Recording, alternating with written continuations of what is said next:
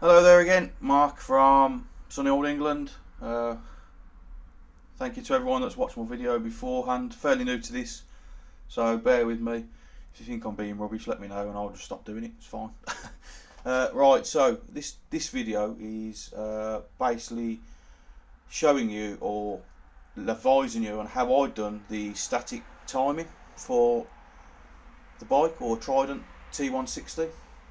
This particular bike is equipped with a RITA ignition, which I am aware of isn't very good. This particular bike and model does run on that system, however. However, I have had it recently imported from the States. So it was ever since I seen it in the States, it ran and then it shipped over, and now it doesn't run. So I thought it needed a bit of a tune up, so I thought I'd give it a go. Just a quick understanding of how we set up static timing. I haven't used a stroboscope on this one. I want to see how it runs without the need for doing that. Two tools which are very handy. This one. This goes into here. And that there is the crank housing. Directly allows you access to the crank. What you would do is you would remove that plug and put that in. That then would allow you to completely, you would remove the spark plugs, cycle the engine and the crank until you allow that, and it does locate into here. Once it goes, you'll stay like that. Then once you find you need to be at 38 degrees before top dead center, that the book does state that. So once that happens, you'll see it do that, and it'll be set like that.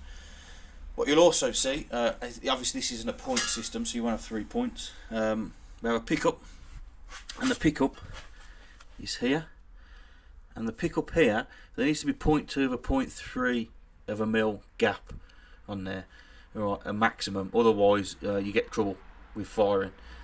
What you would do is you'd put this particular tool in here, top dead center tool. Obviously that'll give you top dead center, and that'll give you 38 degrees before top dead center, and it'll lock the crank at that.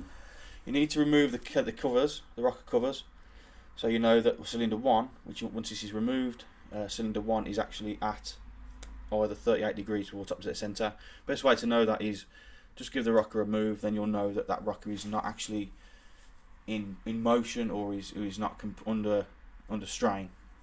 And that tells you that both of those cylinders, that cylinder is fully closed off. Okay, so best thing to do, get both of them tools installed, use the kickstart once it's fully set up, like in my previous video. Cycle the engine to get to 38 degrees top dead center. Number 1 pickup should be about here, so that'll be your firing point.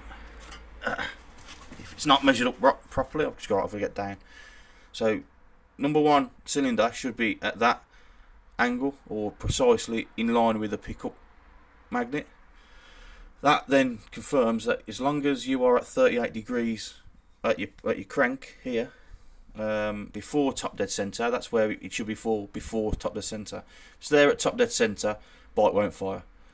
Okay, it's purely because it is to do with, obviously, the more you would advance the timing to the point where it's at top dead center and it fires, you've got yourself a problem, because you've already fired after the stroke's taken place.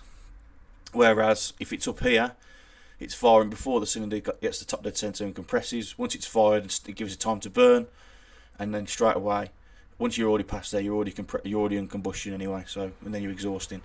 Obviously, 3 pickups for 3 cylinders, pretty straightforward. Watch the seal when you take that out. I haven't tried this yet. I managed to do it without a special tool, so but I want to see if it leaks. But this system, from what I gather, does not come standard on these bikes. There's been a lot of messing around with these wires that I needed to sort out, which isn't great. But yeah, that's where we stand with that.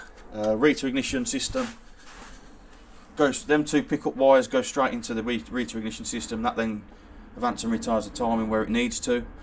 But that does that via the coils, and that's pretty much it for a RITA system. But those 2 tools, very handy. About 15 $20. Can't really beat them. Helped me out massively. I'm new to the T160 family. This bike is actually, it's a nice bike. There's a lot of finicky things that are wrong with it that I needed to sort out, but I'm getting there with it. So again, feel free to comment. As you can see, I've got a spark plug on here, that's ready on there. So when I test this RITA system on, first of all, if you do actually want to test it initially, if you know the RITA, if there is a problem with the RITA system, or if there isn't a problem with the RITA system, turn the ignition on. As soon as you turn the ignition on, you will get a spark at the spark plug, regardless of what if it's running or not. That tells you that you've got power via the RITA system, and you should have 12 volts to that RITA system box. Okay. Obviously, once then, the quickest way to find out, I'll just put a spark testing unit in between the spark plugs, so I don't have to keep adding it, messing around on these fins. Don't want to blow anything. If it blows, this will blow, nothing else. So there we go. RITA system, ignition system, boiler system, similar thing as well. There are plenty of other systems on the market. This is pre-installed. I didn't have to do anything with this. So hopefully, once this runs, if it does run, great. I won't be changing it. I'll keep it as it is. But I know a lot of this kind of equipment's expensive nowadays. So you know, you don't want to have to keep upgrading things when you need to. But yeah, if you're happy with the way I'm doing this, obviously like it, and if you feel that I'm not, then let me know and I'll stop doing it. But again, no videos. You know, better just to have some videos so we all know in the future. It's not easy stuff, this ain't really. To try and get it right initially, it takes a lot of time. So, bon voyage.